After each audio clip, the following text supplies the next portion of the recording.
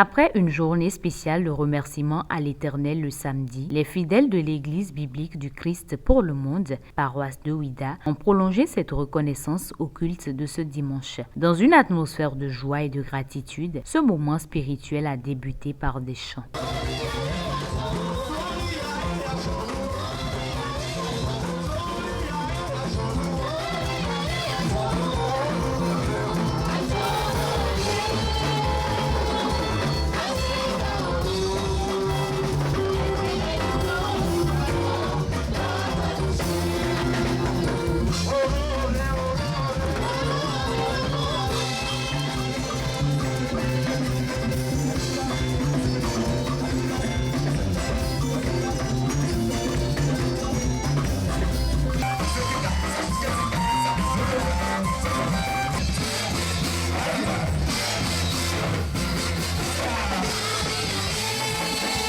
Par l'adoration, le peuple s'est incliné devant l'Éternel, cherchant sa face, tout en préparant son cœur à la parole. Autour de l'enseignement, le pasteur a exhorté les fidèles à vivre pleinement leur identité en Christ.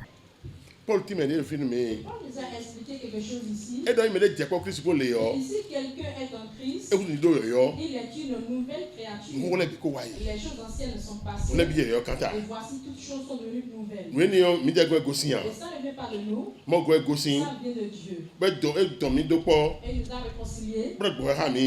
Et il nous a mis ensemble pour nous réconcilier. Que beaucoup comprennent ceci. Et entrer dans cette réconciliation. Et si quelqu'un est en Christ, toutes choses sont devenues nouvelles. Et qu'est-ce qu'il nous dit au travers de ça? Il est en train de nous dévoiler. Il peut mieux expliquer que ça. Mais en son temps, je ne pourra pas.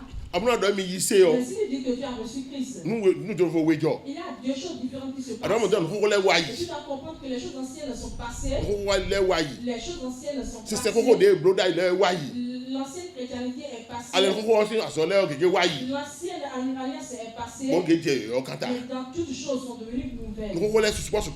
Les choses anciennes sont passées. Les sacrifices sont passés. La circoncision est passée. Sabbat est passé. Le jour de lune est passé. Et toutes quelques fêtes sont passées. Maintenant, les choses sont devenues nouvelles. Et toi qui as reçu Christ, et les choses passées, les choses anciennes péchés anciens sont passés. Les malédictions sont passées. Le Seigneur Jésus t'a purifié. Et Dieu va te recevoir et travailler avec toi. Et tu vas travailler pour lui en retour.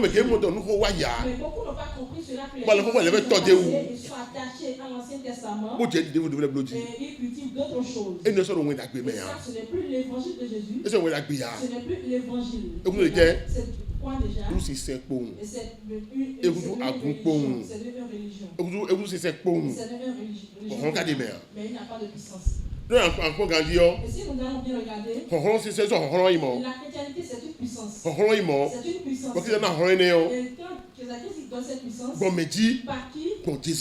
Et par Jésus-Christ. Et c'est pourquoi il a dit que si quelqu'un est en Christ, il a compris ce que Christ a fait, il a accepté l'œuvre de Jésus-Christ. Mais Christ nous a fait quelle œuvre? Il est venu pour nous sauver de nos péchés. Il est venu pour nous sauver de nos péchés. Et c'est parce que c'est le péché qui met une séparation entre nous. C'est ce péché qui nous amène la mort, la maladie, la malédiction. Et c'est à cause de ce péché que Dieu a envoyé une vierge l'a mis au monde. Il est venu dans pour nous sauver de nos péchés. Et pour nous sauver de nos péchés, et qu'est-ce qu'il doit faire? Il doit mourir à notre place. Il doit mourir à ta place. Il doit mourir à la place de notre péché. Et si qu'on croit en cela, en cela, le sang qui a été versé va purifier cette personne, va nettoyer cette personne, il va le laver de tout ce péché, il deviendra un enfant de Dieu. Et Paul nous démontre ici que les choses anciennes sont passées. As-tu compris que les autres travaux sont passés? As-tu compris que tes péchés aussi sont passés? As-tu compris que tu as obtenu le pardon de tes péchés? As-tu compris que je t'ai sauvé de ta... Si on va chercher tes péchés, on ne le verra plus. Et si on le cherche, on va le trouver Et là, Jésus gon. On va le trouver chez Jésus. Jésus go to comme. Jésus a dit. Mose a dit. Il a mené à la croix. Pe kunoué. Et pour mourir à ta Pe place. kunu Yesu. Pour mourir à ma place. Pour quoi nous? Et pour nous réconcilier. Mais comment donner un bois? Si le monde avait compris cela. Ah mon Dieu, Paul le sauver. Et tu vas comprendre que ce que Paul dit ici. Mais beaucoup c'est pour les autres chrétientés. Et nous voyons des wa nous. Ce sont des choses qui ne sont rien. Sabbat des wa nous. Sabbat n'est rien. Foi ça des wa nous. Sacrifice n'est rien. Adagbo nous wa nous. Circoncision n'est rien. Sowaji des wa nous. Salut n'est rien. O eduko ele des wa nous. N'est rien. Nous joro bi ku yo. Ce qui est quelque chose. Et ko si akwasa bo wa. Il s'est fait chair, il est venu. Ko si akwasa bo wa. Il s'est fait chair, il est Wa venu. kunoué. Pour mourir à ta Beaucoup pour le puis bo. Il est mort. Bon le bi je yo kanta. Et maintenant toute chose est devenue nouvelle. Bon le bi je yo kanta. Toute chose est devenue nouvelle. Do merci nous kume. Devant Do ma aussi nous kume. devant Dieu. Do peut-être aussi nous kume. Devant tous les Nous a hommes. dit ni on est. Si tu crois en lui. Na ka to do vote le Et wo. si tu t'attaches aux choses vives. Do sabbat bien. Sabbat doit. Sabbat bien mon père. Pour trouver la vie. Appelez vidéo. La qui t'est trompé. Sowaji mi na Le yin. jour de l'île qu'on va observer. Appelez vidéo. La qui t'est trompé. Mi na blole we. Mais ça vo le we. Mi na be jiri ku le wa we. Ade me ado vidéo. Non, tu te trompes. Nous le bi ko si akwasa. Et toutes choses s'est fait chair. Bo wa. Est venu Wa sa vo ko. et fait le sacrifice éternel pour nous. Be son da di akoso di Et ni. il a versé son sang à la croix pour Et c'est nous. mon ko ta Il tu a me. versé son sang à ta place. Nous go ko nous go. Le vrai sang est tombé sur le bon sol pour Bra to nous. kule we gan. Et pour te sauver. Bra to yiwe do ko Et tombe. pour t'accepter dans sa Ba hudu ma maison. aussi fi. Et tu seras enfant de Dieu. We ti me Paul de on mi on C'est est. ce que Paul nous explique ici. Da ko hudu ya yo Et yo. que tu es devenu une nouvelle créature. Ko le we. Le sang t'a purifié. Wọ́n kúnlọ wé. Le sang t'a Wọ́n susun wé. sanctifié. Le sang t'a Et au souverain wé. On t'a justifié. Aso yin na do no han. Tu n'es plus pécheur. Aso me na kupo gi ado ko wa. Tu n'es plus à mourir avec Aso me na le isome péché. han. Tu n'as plus Aso à ya ihonton han. Tu n'es plus pour le monde. C'est ce qui va savoir. Jésus a payé ta rançon. Bo kule we gan. Et pour nous sauver. Bo kule su Et gan. pour me sauver. Bo te ko bi na Et applaudi. qu'est-ce que nous devons lui faire en retour? Mi na dúpẹ́. Nous devons le remercier. Mi na dúpẹ́. Nous devons le remercier. Vie tu na gbe pe o. Celui qui est reconnaissant. E no dúpẹ́ tonton. Il remercie son On dúpẹ́ ma uton. Il remercie son Dieu. Don ya wa nu on est. Voilà ce que tu m'as fait. Mais mo do pe no dopo. Et celui qui est reconnaissant. Mo do na. Mais celui qui n'est pas E no hon to e. il s'efforce. Mo le wa ndefo. Et pour faire Mo d'autres hon choses, to il e. s'efforce. Mo na blonde. Et pour faire quelque Mo na chose, pipon. pour être bon. Mo na no konoué. Je te dis la vérité. Mo ba ko no ti bo nkono mi le ya. Que tu ne fasses rien pour que tu ne sois agréable. Mo ba ko ni blonde ti no mi le bo ke pon han. Dieu pas que tu fasses quelque chose pour lui être agréable. Blonde le bi nu ki go e to kere. Et quelque chose pour la gloire de son Tu nom. no ko blonde le pi Et pi. laisse lui rester en toi pour faire toutes Ne les choses. tani no ko me. Donne-lui l'opportunité de Au bleu, rester les bureaux, en toi mais. et faire toutes choses en toi. Na ko tu se mo ne o. Et si tu connais cette réalité, Iṣẹ́ ṣe di sú ọ ní. et c'est ça la vraie vitalité. Kí sẹ́ ànà mi mẹ́. Et Christ habite en nous. Múra wà lẹ́ pílò mi Et jẹ́ il mẹ́. fait toutes choses en nous. Ẹnu mi tirẹ̀ mẹ́. Christ va rester en Wọ́n sì nous gbóhùn tọ̀tọ̀. et glorifie son Père. Ẹnu mi mẹ́. Il va rester Wọ́n sì en sùn nous tọ̀tọ̀. et va glorifier son Àmọ́ mo tẹ́ Père. nǹkan mẹ́ yàn. Mais s'il n'a pas trouvé sa place, Bọ̀ fún náà wà en ń toi, dé. et toi tu vas faire Múra mi quelque sùn chose máa wọ̀. pour lui plaire, pour glorifier Dieu, Gbìdé bilẹ̀ àdì. là tu te trompes. Gbìdé bilẹ̀ àdì. Tu te trompes. Bọ̀ náà ní ìdọ̀ Paul de yọ. Et ce que Paul me dit ici, Esayi ko dọ̀. Esaïe l'a déjà dit. Esayi ko dọ̀. Esaïe l'a déjà Wọ́n dit. kò ní Esayi gọ́nù ẹ̀ náà yọ. C'est quelque chose que Esaïe doit dire dans sa parole. Paul náà sọ pé. Et ça doit être le complet. Ẹ wọ́n yà kúrẹ́ sọ yìí. C'est ça que je dois te conduire. Paul wẹ̀ dọ̀ ẹ lọ. Ce que Paul a dit Wọ́n kò ní ici, Esayi dọ̀. viens regarder ce que Esaïe 43. Esaïe 43. Verset 18 à 19. Verset 18 à 19. Ní Esayi dọ̀ ní. Voilà ce que Esaïe a Dò dit. tó bá ṣe ní Esayi dọ̀. Et prête l'écoute pour entendre. Bọ̀ ẹ dọ̀ ndé bọ̀ ní kò kú tó Il já. a dit quelque chose qui est en arrière. Bọ̀ nínú ajọ kò ní jẹ́ tó nu. Ça s'est passé en notre Bọ̀ sí temps. ẹ sọ pé. Et pour donner la C'est tout ça que je dis, hein. à notre spiritualité. Nous, c'est 43. Isaïe 43, verset 18 à 19. Ne pensez plus aux événements passés et ne considérez plus ce qui est ancien. Voici, je vais faire une chose nouvelle sur le point d'arriver. Ne la connaîtrez-vous pas? Je mettrai un chemin dans le désert et des fleuves dans la solitude. Amen. Amen. Ko maudo li. Bi mo so li nu eje wa ile kon o. Bi mo so nu eje do koko ile do me o. Do na do nu yo de bo. Nu ko jawe. Bo ekolo ni won se do e. Mi kolo nu mo we ati. Nu bo we. Bo. Na to alido po kon pe to to me. Na gbe boto sisana jokon ai ku pa ku leji. Amen. Amen. As-tu entendu? As-tu écouté ce qu'on vient de lire? Mais Dieu qu'on l'a dit. Laissez les choses anciennes. Qu'on l'a quoi? Les choses anciennes sont passées. Mais Dieu t'en donne les derniers. Laissez-les partir. Nous y allons vous jaouer. Il y a des choses nouvelles. Bon, j'allais bloquer. Et je vais les accomplir. Mais mon donnant entier. Vous n'avez pas compris cela. Nana ligon beto trop mais. Je donnerai du chemin dans le désert. Voilà c'est toi t'es gonto beto trop mais. Je mettrai la fleur dans le désert. Bah quoi qu'on dit. Et dans les fleurs. Fais ciment quoi. Là où il n'y a pas de l'eau. Na ko sido fina. Je mettrai de l'eau là. Nta ko la de fina Mais avec. il nous parlait de quoi là? Nous tu le voyez né. Il disait d'autres miracles Nous là. ta ko bu do ta ko de voyez né. C'est notre prodige qui est là. Bon ta ko de kadi. Et il parle de quoi concrètement? Alléluia. Amen. Adra mo donnant. Veux-tu comprendre? Adra mo cela? donnant. Tu vas Quand comprendre. on nous bout de do Et Esaïde. tu vas comprendre que Isaïe nous dit quelque chose de caché. O se do to gon Et e. il est en train de dire ça. To gon to comme e mo to non. Le peuple n'a pas compris cela. Bon tu va je bo Timothée. Il a expliqué ça de l'autre côté. Ésaïe 44 verset 3. Il ne faut pas que le verset 3. À mon nom de Dieu. Alors, Isaïe 43, verset 44, verset 3. Car je répandrai des eaux sur le sol altéré et des ruisseaux sur la terre desséchée. Je répandrai mon esprit sur ta race et ma bénédiction sur tes rejetons. Amen. Amen. Donc, non, si, toi, mais à coup d'odé, n'a dégré, on t'en si ça n'a pas un coup n'a pas yé chicoin, vito et les chi. Bon, n'a pas, on a chicoin, vito et les petits. Ndoré. Qu'est-ce qu'il dit là? Yes, mais il na million. Le Saint-Esprit qui nous donnera. Yes, il y a ma. L'Esprit qui va E ko do répondre. ede. Il parle de cet esprit. Donc faut qu'on bien wayi. Les choses anciennes vont Bon na passer. blo yo de vo. Je ferai de nouvelles Mo choses. se maintenant te pega. Et vous, votre éternité sera au complet. Nous ko la mi jo jeju. Laissez les choses passer. E inde wa no Ils ne sont à rien. Nous te ba jeje ndi an. Je ne veux même pas qu'ils. Amo nous na blosi en lié. Mais voilà ce que je ferai. Na de ali bon peto trop mais. Je donnerai du chemin dans le Ne désert. fait on beto ne. Voilà ce qui est difficile. Parce que ne on. L'homme ne comprend E ye kana bleu ne on. Lui peut le faire. Mi na sino aku akuku di. Il donnera de l'eau sur le sol. E wa ti me di ro. Il a expliqué de Yes, l'autre c'est na côté. gba ke to gon bi Et ti o. c'est mon esprit que je répandrai sur le Yes, na peuple. man to gon bi o e. Je donnerai mon esprit au Yes, peuple. c'est na mo. Et ils vont recevoir mon Bon là c'est esprit. ko le to ti Et dagbe. ils seront mon témoin. Yes, c'est na mo. Ils vont recevoir mon Mo esprit. se tellement te mo ya lo ke Et yi. leur fraternité sera acceptée. Na gba yo ke me bi ku Et je di. répandrai mon esprit sur eux. Me ko to je fi tu la bi di. Et me donner ma bénédiction à terre. Bon, peut-être que nous, nous, à Dieu. Et quand est-ce que ça t'a accompli? Pentecôte gbe no je. Le jour de Pentecôte. Bi bo ti te ngbe yo. Le Saint-Esprit fait que tu es enfant de Dieu. Bi bo na ko gbe tu eji. Et tu vas recevoir cet esprit. Bon an yi ko ma oko. Et tu seras avec Dieu. Bi bo na bi o gbe tu me.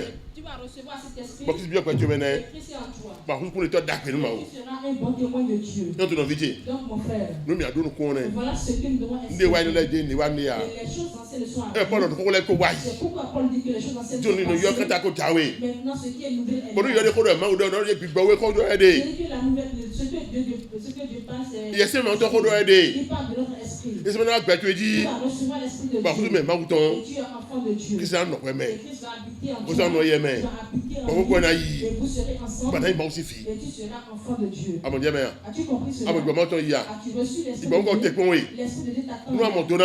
Si tu as compris, E na wa jiwe. tu vas le Pra recevoir. di o gbe tu Tu we. vas changer ta Pra vie. ku gbe tu Tu we. vas changer ta Oko mo vie. pra no ko. Et tu seras seul. Jésus mi do. Jésus nous a dit, No to je me. je suis dans mon Père. To je no ye me. Mon Père en moi. No to je aso awe. Mon Père au Père. Yesu na aso awe. Moi-même, je père. Mo ro po. Comme ça, Gbe mo tan bi o ko su me. l'esprit de Dieu va entrer en Bi toi. gbe na aso awe. L'esprit au Bon, ça, on a soin, ouais. Donc, tu vas opérer. Bi gbe na aso awe. L'esprit Bon, ça, on a soin, opérer, ouais. tu vas opérer aussi.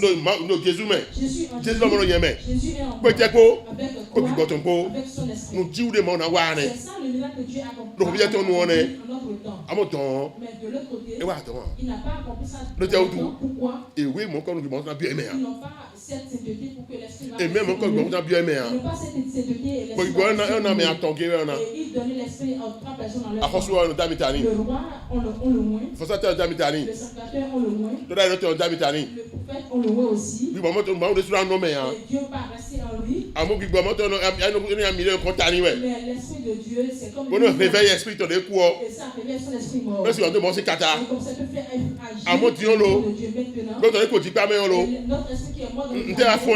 Qu'est-ce qui va le ressusciter? Yes, mo to a foin. C'est L'esprit de sécurité, Bon, toi, foin. c'est l'esprit de qui a ressuscité. La foi du retour. Il va ressusciter ton Bah, t'es un esprit. rond de maou. Et tu auras le cœur ouvert sur Dieu. Moi, si, ça, maou. Et comme ça, tu pourras opérer. Moi, si, des coups, nous, maou. Tu pourras témoigner le nom Moi, si, de des coups, nous, maou, Dieu. da. Tu vas parler. Mais le bonheur de Goma ou ton, hein. Celui qui n'a pas l'esprit de Moi, Dieu. le bon nous, mais. Je te dis la vérité. Quelqu'un m'a autant Il ennemi. est ennemi de Dieu. Quelqu'un m'a autant Il ennemi. est ennemi de Et si Dieu. on a bien nous, maou. Il ne peut rien faire de bon à Et si Dieu. on a bien nous, maou. Il ne peut rien faire de bon Elle a donc une forme, ouais. Il va parler et Elle a donc une forme, ouais. Il va parler au Elle a donc une forme, pasteur, ouais. Il va parler et opprimer les Elle a donc pasteurs. une dorme, c'est comme si nous Il va étions dans le ouais. saboter Dieu. De tel tout. Pourquoi? Et donc, ben, maouton, Il hein. n'a pas la vie de Dieu. Mais mon père, Et maouton. celui qui a l'esprit de Dieu, Et mon père, il maouton. a trouvé la vie Elle a de des Dieu. coups, nous, maou. Il peut témoigner Elle a Dieu. donc une maou. Il peut parler Elle à a si, Dieu. c'est ça, colère. Il peut- Elle a si, à sa colère. il va Elle a si, à voyons respecter Elle a si, les maou, filet. respecter les Elle m'a fait un choses débat, de Dieu. ouais, oh. Si l'esprit de Dieu fait Elle a mon quelque Dieu, chose, qui a qui cause m'a il aidé. va comprendre qu'il est en train de glorifier Dieu. Ah, maintenant, souillé, là. Mais il ne va jamais les insulter. Ah, bon, demande comment tu en Mais quand il n'a pas l'esprit de Dieu, Quelqu'un de ignorant. comme il est ennemi, Si vous déclarez, dit. il va te montrer ça. Pour qu'elle fasse fitter, Et il finira par où? elle fait de mieux, tu Il vas va dire. finir dans l'enfer.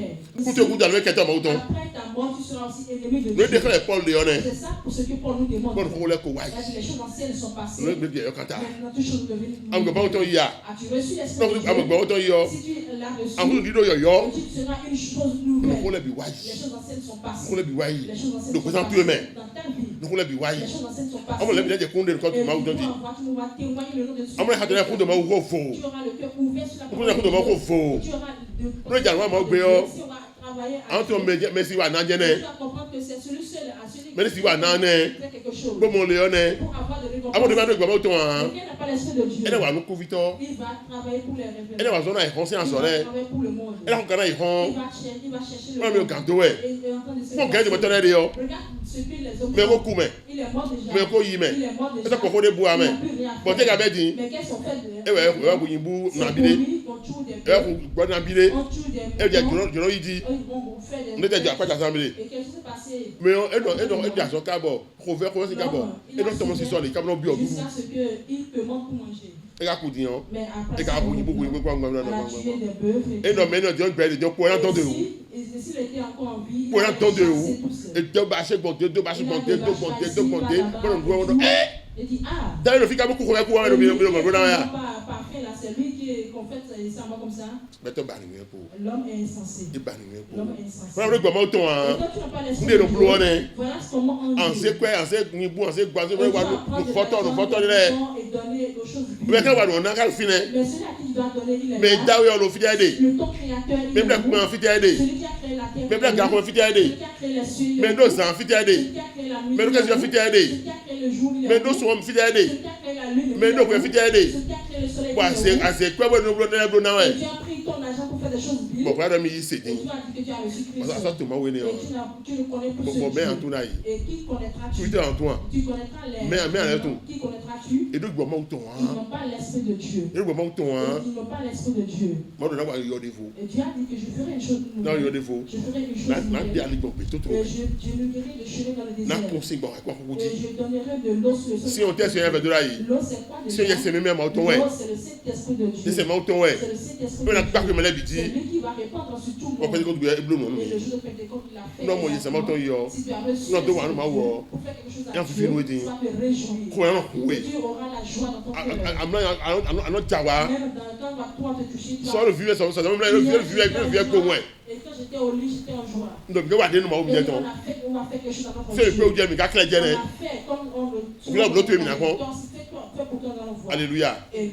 Avant tout, on a blondé ça en ligne. Mais je sais que tu vas faire quelque chose maintenant. Moi, je vais faire dehors. Et quand on va commencer le Et là, moi, passage, je suis en l'éducation, on va c'est partager géant. de l'étude, ici, de Mais pour l'école. là, c'est lié, c'est lié. Et on va dire, voici ma part, Quand voici vous ma part, le voici ma temps, part. oh, mais le temps, ça a cause de t'aimer les filles. Voici Mais si pour t'aimes les telle filles, personne, voici pour telle personne. fais du roi. Et si tu veux quelque part, alors. Alléluia. Amen. Quand ça bien. Oh, mais c'est pas bien ça. Bien, bien, bien, Et venez manger ici. Alléluia. Amen. Mais bleu, même quand on blonde. Et si je ne fais pas à Dieu, à qui je le ferai? Merci, il faut le contacter. Et celui qui m'a donné mon souffle de vie. Merci, bien, Et celui qui m'a donné sa vie. quand tu mets dos, Je vais le multiplier. comment on était, Et fais ça à qui? viens là, son bien. Est-ce que je ne réfléchis pas bien? Alléluia. Amen. Et Dieu, c'est bleu, moi. Eux ne peuvent pas le faire. Quand c'est bleu, Ils ne peuvent pas le le faire. tout. Pourquoi? Et donc, vraiment, autant, Ils n'ont pas l'esprit de Dieu. et donc, vraiment, autant, Ils n'ont pas la vie de Dieu. mais on te dit que là, ouais. C'est l'esprit de Dieu. Tous les moments de l'air, Si on nous et on voit, dit, ouais. on dit que nous sommes en train de Mais faire le quelque quoi, chose. ouais. Nous sommes en train de Mais les blows, mais Google m'a dit Google qui t'a quoi, il y a où les. Mais Google m'a où. Bon, nous m'a où. Bon, nous bête quoi tout nous. Bon, tu as commencé le corps. Bon, tu peux ni, bon, tu peux ni, bon, tu peux ni. Nous bênons, podo. Et quoi, mais on te couvre, t'as ton coup, on te couvre. Et pas ma signé, amen. Et tordu, amen. Ouais, quand il y a nos signes, quand même, on est de tout dans. Mais quand on va do passer à Nabilé. Maintenant, on a mis des Bon, le groupe, ouais. par-ci par-là. Nous donnons ici, nous donnons un sou. Je ne peux jamais manger cette Nous donnons, dès que vous donnez un terme, n'a coûté 3 ans. Donc, il y a un temps que tu dis, on va t'en faire. Mais nous faisons quoi, vous yimbu. Et c'est à ça mon Quoi, nous n'avons mais vous connaissez un temps quoi. Vous pouvez faire un bon. Et moi, vous prendrez. Moi, je ne sais pas comment nous dire. Moi, je ne sais pas comment nous dire. Nous devons monter, nous allons. Nous devons comprendre ces choses. Et l'esprit de Dieu est dans mon sein. Et oui, il y a un peu c'est lui que je dois me et oui, il y a un c'est lui que je dois dois me c'est lui que je et dois me prosterner. donc aussi faire goler. Parce que quand j'ai quitté ici, je suis. Aussi dans la fille. J'ai quitté là-bas pour même aussi faire don. j'ai quitté ici pour m'en aller. Mon tel confié ni. Et qu'est-ce qu'il reste encore? Bon, on t'en est pas oui. Laisse-toi conduire par l'esprit. Mais tu as rondo. Laissez le monde. Encore y mais. Le monde s'en va. Il y a quoi ton bico Le mais. monde part en couille. Nous donner un mais Il n'y a amen. rien de bon dans le monde. Puis on a boumi. Le monde va vous trahir. On a zami. Le monde va vous tromper. On a boumi. Le monde va vous perdre. Mais le quoi c'est bleu mais pédé. Cette personne va Mais le quoi non Jésus. Cette personne c'est Jésus. Mais le quoi Jésus. C'est lui Jésus. Nous expert. Et si on le Et il gbeo. s'il le veut, Et Jésus. il est Jésus. Nous la quoi. Il va Nous la ta quoi nous pour juger les hommes. et na ta quoi nous Il va venir pour juger quoi chacun. tu as nous dit. Et quel sera ton jugement? Mais là tu es pas nous pour. D'autres ils sont insensés. Non frère gars. Gars vous quand voler. On a moyen pour tout. Mais c'est né andé. Bon et indé. Bon quoi na yi do ko be. Mais na yi. Et qui va accepter ce? On est vieux ndo ko me egbe. Et quand il était juge de la On est vieux frère ndo ko me egbe. elle était juge de la Mon nom bien egbe, mon bien egbe. Bon bon, des ko ko fi vite faut ko fi vite bon. Le ko so bla faton bon. Afaton bien aide yo. E ko kwa fwa we po. Ko so ko dire papa on va. On danse va. C'est Dieu ça, c'est Dieu ça il continue. C'est Dieu ça. tu peux te retourner. Quand tu es là. Ou bien que tu rates. Aïe tu as. Aïe ko va faton na ku. Et tu as accepté après 3 Mo ko ni mo. Bon na yi na ya.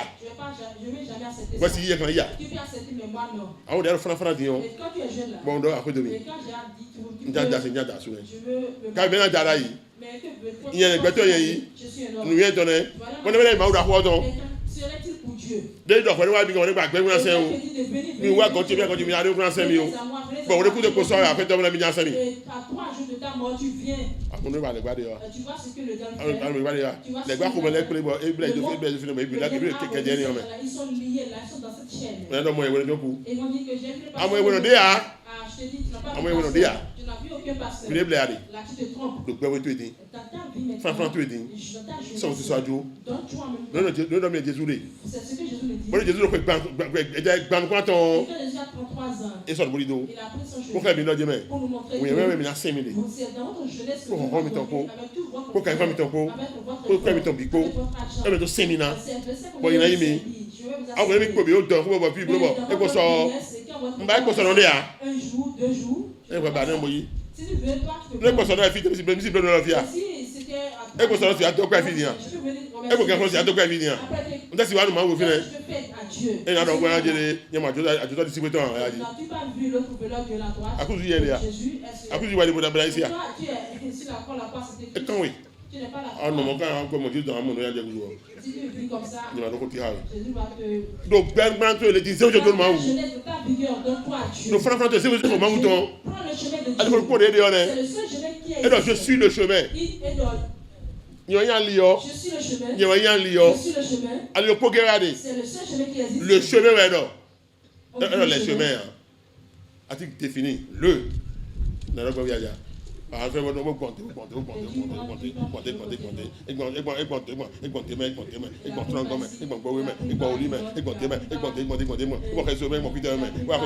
ça, il est revenu. Non, là, tu te trompes. Ah mais gbo ma o ton dia. As-tu reçu le Saint-Esprit de Nda fe gbo we ko. Et qu'est-ce que tu peux faire avec Dieu? Ta ta ri be na. C'est notre machin. E ble we duwe. On t'a trompé. E ble we. On t'a trompé. Mais gbe no ne o. Tu n'acceptes pas ça. Ba ko ne do di o. Écoute, il va répondre son esprit sur E le. do mo to me. Il a dit ça de l'autre We ko na poka si do mi Et o. regarde ce qu'Apocalypse nous a dit. Poka si do ko le mi. Apocalypse nous a dit quelque chose. Bon Dieu, mais pas mener. Apocalypse 21. Apocalypse 21. Verset 5. Et celui qui était sur le trône dit, voici, je fais toutes choses nouvelles. Et il dit, écris ces paroles, car ces paroles sont certaines et véritables. Amen. Rabbi. Et il me dit, c'est fait. C'est fait. Je suis l'alpha et l'oméga, le commencement et la fin. À celui qui a soif, je donnerai de la source de l'eau de la vie gratuitement. Celui qui vaincra héritera ces choses. Je serai son Dieu et il sera mon fils. Amen. Amen. 5 à 7. Rabbi. Venez-nous. Meilo, a dit Jono, a conduit pour Diodo. Meilo. Dion. Don't let me solo. Don't let me solo. Don't let me know. Voilà. Donc, on va y go et là. On va y go et là. On y go et où est allé dit là. On allait dire là. Elle est là. Et ça vélo. Ni alpha. Boy omega. Ni bibe. Boy bibo. Non si, mais si nous placer. Bon et non nous. Bon nous vie et si on non a que non ton si. Mais des boulot de Dio. Nané, ni nané. Naï mauton. Bon et naï biche. Amen. Et de par le Dieu d'Esaïe. Il a fait la promesse à Esaïe. Et de par le Esaïe. Il a fait la promesse dans Esaïe. Amolo Dieu, le Dieu. Mais de l'autre côté, c'est fait. Le Saint-Esprit a confirmé. Éco-blo. C'est accompli. Éco-savon. On est bien quand il y a semaine quoi. Le Saint-Esprit est venu. Beau d'économie. Il a témoigné. Dion. Maintenant. Là, il faut. Toute chose est finie. Et donc, il y a des veaux. Il dit, je ferai une nouvelle chose. Moi, aux gens, c'est ce qu'il a dit à Jean. Et donc, là, il dit, écris ceci. C'est une vérité. C'est une vérité. Faut nous boire là. C'est une vérité. Et c'est accompli déjà. Et donc, il y a dormi là. On m'a dit. C'est fait. C'est fait. D'accord, dit, sur la croix. Jésus, tout est accompli. Tout est accompli. Nous savons. Tout est accompli. Nous l'avons dit, tout est devenu nouvelle. Suivez-moi. Suivez-moi. Mais ici, qu'est-ce que l'Esprit a dit? C'est accompli déjà. C'est fait. Je suis alpha. Je suis l'oméga. Je suis le commencement. Je suis encore la fin. Et si quelqu'un a faim, a soif, il n'a qu'à venir à moi. Je lui donnerai de l'eau. Si celui qui vaincra, il sera mon enfant. Et moi, je serai son père. Et si tu as bien compris ça, tu vas comprendre que tu es enfant de Dieu. Pourquoi? Le Saint-Esprit a confirmé que je suis enfant de Dieu. Je suis enfant de Dieu. L'Esprit va te conduire, lui te dire. L'Esprit va te conduire, lui te dire. Et tu vas le recevoir. Et tu vas partir et témoigner son nom. Que Dieu, il est Dieu. C'est ça la vraie chrétienté. La chrétienté sans le Saint-Esprit. Et ce n'est pas une chrétienté qui est là. Ça ne vient pas de Dieu. Ça vient du diable. Il y a d'autres chrétientés qui sont là. Et c'est ça, témoigner le Saint-Esprit. Est-ce que l'Église a témoigné que je suis enfant de Dieu? Laisse-te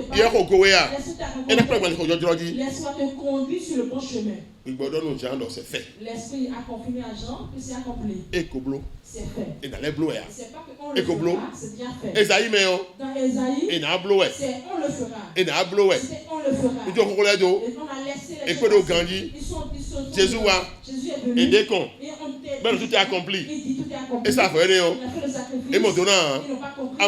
Nous m'ont déjà entendu. Maintenant de la vision. Qu'est-ce que l'Esprit a dit? C'est fait. Et Koblo. Il n'a plus rien. Maintenant, c'est mon phare. Maintenant, tu peux servir facilement. Et tu peux aller avec confiance devant Dieu. Tu peux aller avec conviction. Après, écoute-moi, au revoir.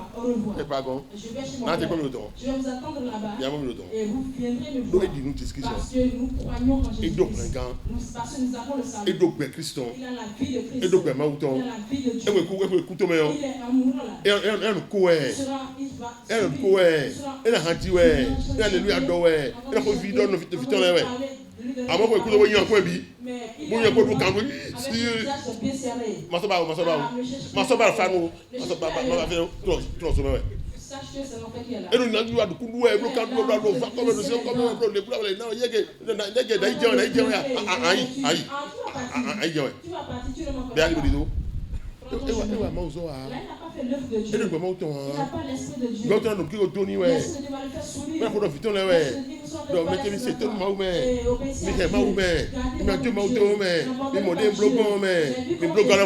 et suivez-moi. Je vais vous attendre là-bas. L'esprit de Dieu l'a conduit. L'esprit a confié à Jean que c'est fait.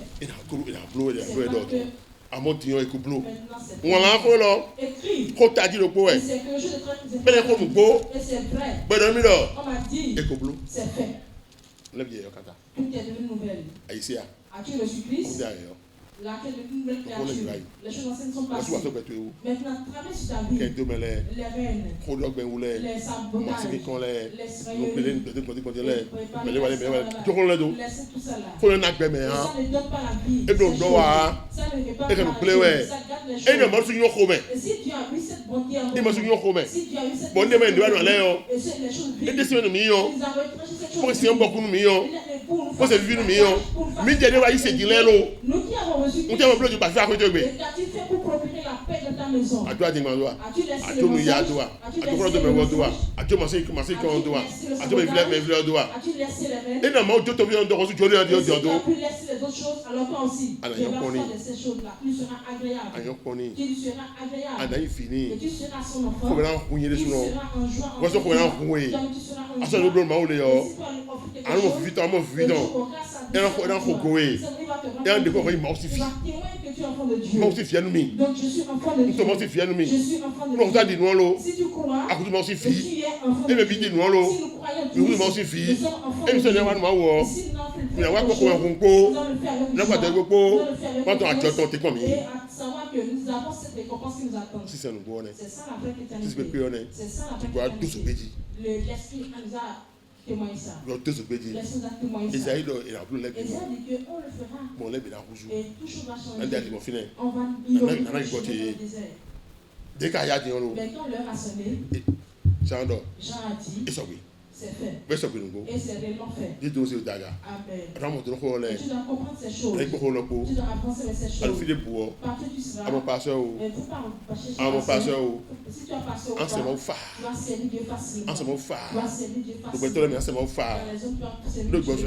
Parce que l'esprit va te conduire. Lui-même va te conduire. Et il va accepter tout tes L'esprit va te confirmer que ce que tu fais là, c'est acceptable. Et Dieu même va confirmer cela. Avance dedans. C'est ça mon sacrifice. Dieu a déjà fait son sacrifice pour te sauver. Toi aussi fais ton sacrifice pour sauver les autres. Et ça te sera ta récompense. Amen. La fin du culte a été marquée par les impressions des fidèles qui ont partagé avec enthousiasme ce qu'ils ont retenu du message.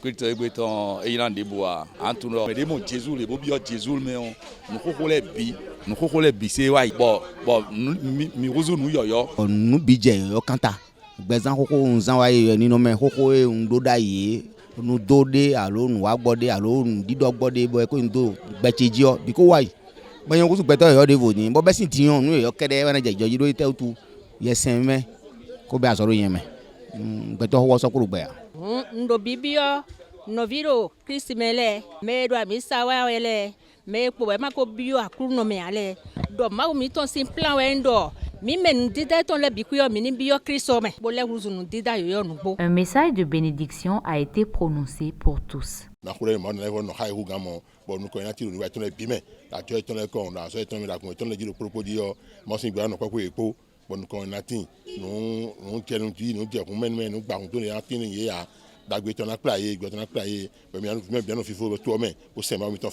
C'est un week-end riche en communion et en renouveau spirituel pour cette communauté unie dans la foi.